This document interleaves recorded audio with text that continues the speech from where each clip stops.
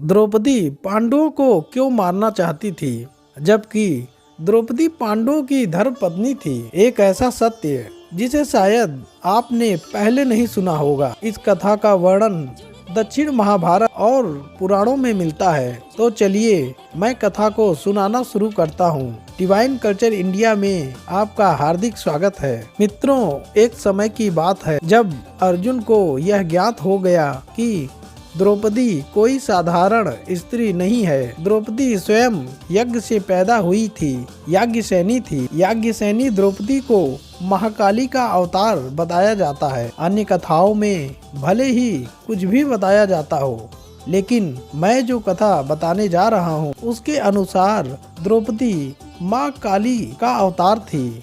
वह खप्पर भरने के लिए पैदा हुई थी। मित्रों, अर्जुन को जब यह ज्ञात हो गया कि द्रौपदी कोई साधारण नारी नहीं है, तो अर्जुन द्रौपदी के पैर दबाते हैं, उसकी सेवा करते हैं। एक दिन की बात है, पांचों पांडवों का एक समझौता था कि जो भाई अंदर होगा उसके चरणों की खड़ाऊं दरवाजे पर होती थी। इसलिए दूसरा कोई भी भाई द्रौपदी के पास नहीं जाता था। एक दिन की बात है कि भीम ने ध्यान नहीं दिया और अंदर चलते चले गए। जब अपनी कुटिया के अंदर गए तो भीम ने देखा कि अर्जुन द्रौपदी के पैर दबा रहा था। द्रौपदी के पैर दबाते हुए भीम ने जब देखा तो भीम का क्रोध 7वें आसमान तक पहुंच गया।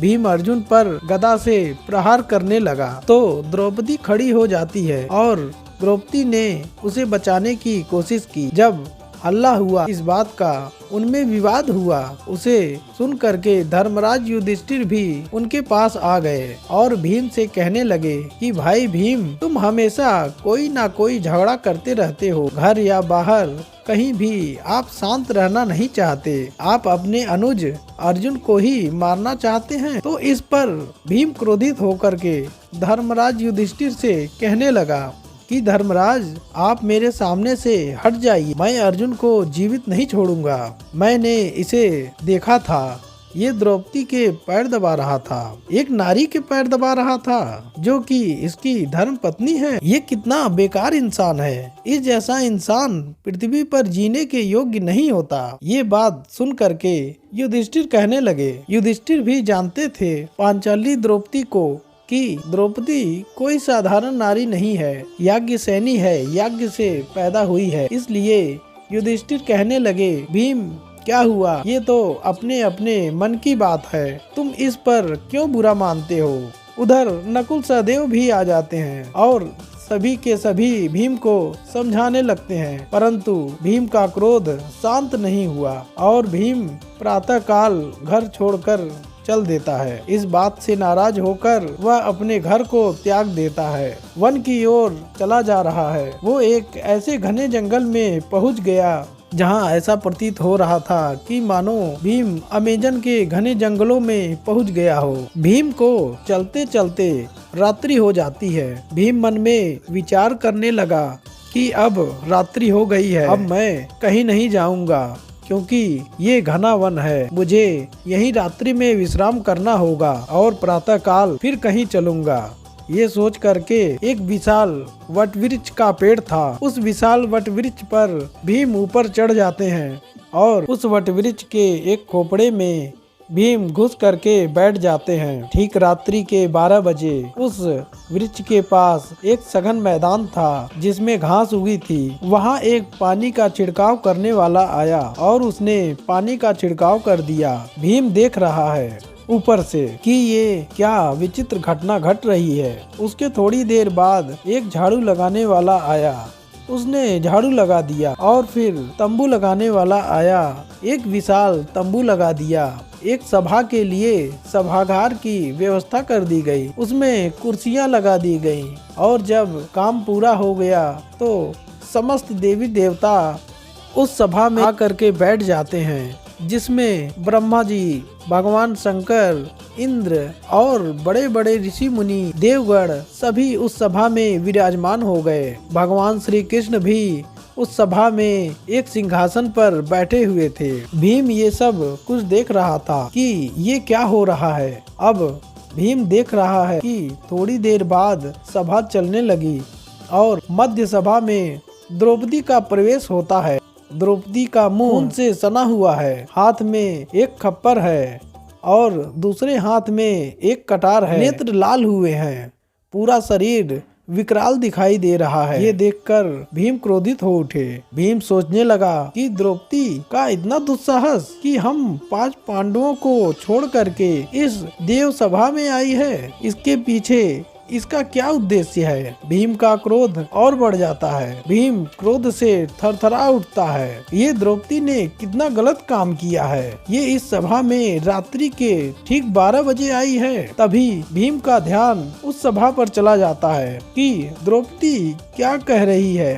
द्रौपदी ने भगवान श्री कृष्ण को पकड़ लिया, समस्त देवताओं से कहने लगी कि आपने मुझसे वादा किया था, आपका खप्पर मैं भरूंगा। हे कृष्ण, मैं आपसे कहती हूँ कि मेरा आधा खप्पर अकेले भीम में भरना चाहिए और आधा खप्पर संपूर्ण सेना कौरवों और पांडवों में भरना चाहिए। मित्रों, भीम ने जब ये बात सुनी तो भीम के पैरों तले जमीन खिसक गई। भीम मन में विचार करने लगा कि यही कारण था अर्जुन के पैर दबाने का। अर्जुन इसे जानता था कि ये कौन है। मित्रों, भीम उस सभा को ध्यान से देखने लगा। भगवान श्री कृष्ण कहते हैं, हे पांचाली, थोड़ा धैर्य धारण करो। कुछ समय बाद विशाल सेनाओं में युद्ध होगा। एक महाभारत का युद्ध होगा जिसमें बहुत बड़ा जनसंहार होगा और उस युद्ध में तुम्हारा खप्पर भरेगा। अकेले भीम में तुम्हारा आधा खप्पर भरेगा और पांडवों, कौरवों और संपूर्ण 18 अक्षरणीय सेनाओं में तुम्हारा आधा खप्पर भरेगा। मित्रों, भीम ये बात सुन करके हिल जाते हैं, कांप जाते हैं अंदर से। और तब तक रात्रि का समय समाप्त होने वाला था। वो सभा पूर्ण हो जाती है। सभा पूर्ण होने के बाद समस्त देवी देवता अपने अपने स्थानों पर वापस चले जाते हैं। जब भीम उस वृक्ष से उतरता है और मन में विचार करने लगा कि द्रौपदी कोई साधारण नारी नहीं है, ये न जाने कौन है। इसका मैंने विकराल रूप देखा और ये आधा खप्पर तो मुझ में भरना चाहती है। सबसे पहले तो ये मेरी मृत्यु चाहती है। भीम ये विचार कर रहा था और ये विचार करके अपने घर के लिए वापस चल देता है, हस्तिनापुर के लिए। जब भीम लौट रहा था तो उधर से एक राक्षस चला आता है जिसका शरीर भीम से 100 गुना बड़ा था। वह भीम को देख करके भीम को खाने के लिए दौड़ाता है और भीम उससे बचने के लिए दौड़ता है। भीम चला जा रहा है आगे आगे और पीछे पीछे वह राक्षस चला आ रहा है। जब भीम ने आगे देखा तो एक बहुत बड़ा पर्वत के आकार का राक्षस बैठा हुआ था जिसकी नाक कटी हुई थी। नक्टासुर नाम था उस राक्षस का। भीम मन में विचार करने लगा कि हे भगवान, अब तो मैं दोनों तरफ से घिर गया। पीछे से ये राक्षस आ रहा है और आगे से ये पहाड़ के समान विशाल राक्षस नक्टासुर राक्षस बैठा हुआ है। भीम उस नक्टासुर के पास आते हैं और उससे कहते हैं, मामा राम राम। जब भीम की ये वाणी नक्टासुर सुनता है तो नक्टासुर कहता है, कहो भांजे, आप किधर से आए और कौन हो? तो भीम कहता है, मामा आज आप मेरे प्राण बचा लीजिए। ये कोई राक्षस है, मुझे मार करके खाना चाहता है। भारतीय प्राचीन समय में और आज भी जो भी भांजा होता है, अपनी बहन का पुत्र होता है, उसे कोई भी नहीं मारता। तो इसलिए नक्टासुर उस भीम को अपने जेब में रख लेता है। सोचिए, जिसमें 10,000 हाथियों की ताकत थी। ऐसे महाबली भीम को नक्टासुर ने अपनी जेब में रख लिया। थोड़ी देर के बाद वह राक्षस देख करके चला जाता है और भीम को नक्टासुर बाहर निकाल करके खड़ा कर देता है। भीम नक्टासुर से पूछने लगा कि हे मामा, मुझे ये बताओ, तुम्हारा इतना विशाल शरीर है, तुम्हारी ये नाक कैसे कट गई? तो ये बात सुन करके नक्टासुर कहने लगा, एक कुंती सुत बलवान के अर्जुन नाम बने के आयो। हे बेटा, एक कुंती का पुत्र है, उसका नाम अर्जुन था। वो इस वन को चला आया और वो इतना बड़ा बलवान है कि उसके बाणों से मेरी नाक कट गई और मैं मूर्छित हो गया। अब मैं उसी दिन से देख रहा हूँ कि कोई भी कुंती पुत्र मिल जाए तो मैं उसे खाकर अपना बदला ले लूँ। मित्रों, अब तो भीम और भी डर गया। भीम मन में विचार करने लगा कि अब तो यहाँ से मुझे शीघ्रता से चलना चाहिए। ये सोच करके भीम नक्टासुर से कहने लगे कि मामा, अब मैं चलता हूँ। नक्टासुर सहर्ष विदा कर देता है और भीम अपने घर को जा रहा है। मार्ग में सोच रहा है कि मुझे सबसे पहले भगवान श्री कृष्ण के पास चलना चाहिए। तो मित्रों, भीम भगवान श्री कृष्ण के पास जाते हैं और भगवान श्री कृष्ण से कहते हैं कि हे माधव, आज रात्रि को जो मैंने देखा था क्या वह सच है? तो भगवान श्री कृष्ण कहने लगे कि भीम, क्या देखा था तुमने? भीम बोले, भगवान, मैंने ऐसा विचित्र देखा। आप स्वयं वहाँ थे, उस सभा में उपस्थित थे।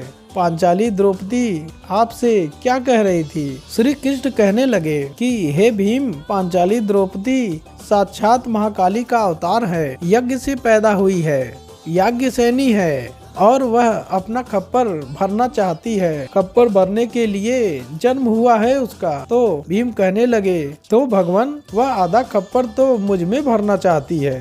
कृष्ण बोले, हाँ, यह सत्य बात है और वह मुझे भी नहीं छोड़ेगी, मुझसे भी ज्यादा शक्तिशाली है। मित्रों, भीम कहने लगे कि हे माधव, क्या इससे बचने का कोई उपाय नहीं है? हाँ भीम, है। तुम मेरी बात ध्यान से सुनो। घर जा करके सो जाओ और भोजन मत करना। जब तुम्हें पांचाली द्रौपदी मनाने आएगी तो ही मानना, बाकी कोई भी मनाने आए तो आप भोजन मत करना।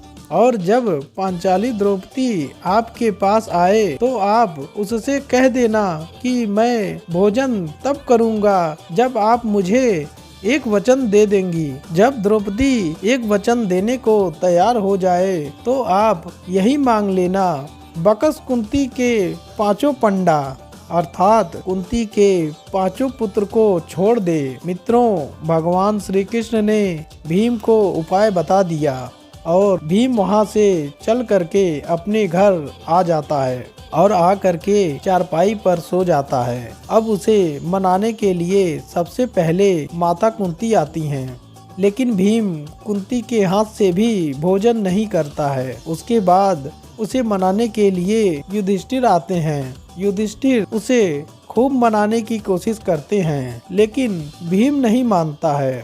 अर्जुन, नकुल, सहदेव सभी भीम को मनाते हैं, लेकिन भीम किसी की बात नहीं मानता है। अंत में याज्ञसेनी द्रौपदी सोचने लगी कि मैं जाती हूँ।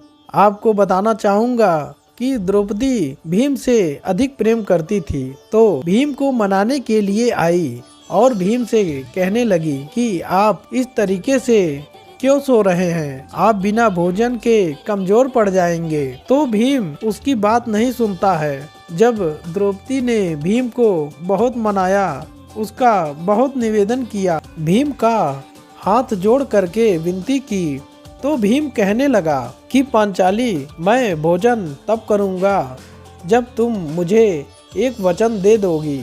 तो द्रौपदी यह सोचने लगी कि भीम ये तो भोजन के लिए मरता है, ये मुझसे अच्छा भोजन मांगेगा। मेरे पास भगवान सूर्य का दिया हुआ दिव्य पात्र है, तो कोई बात नहीं है, ये जो मांगेगा मैं उसे वही भोजन प्रदान करूंगी। यह सोच करके पांचाली द्रौपदी भीम को वचन दे देती है कि मैं तुम्हें एक वचन देती हूँ कि जो तुम मांगोगे मैं तुम्हें वही प्रदान करूंगी। मित्रों, भगवान श्री कृष्ण ये सब देख रहे थे, तो भीम कहने लगे कि हे देवी, मैं तुमसे एक ही वरदान मांगता हूँ, बकस कुंती के पांचों पंडा, अर्थात हे देवी, कुंती के पांचों पुत्रों को छोड़ दीजिए, जीवन दान दे दीजिए। ये बात जब भीम ने कही तो भगवान श्री कृष्ण भी वहीं खड़े थे छिप करके।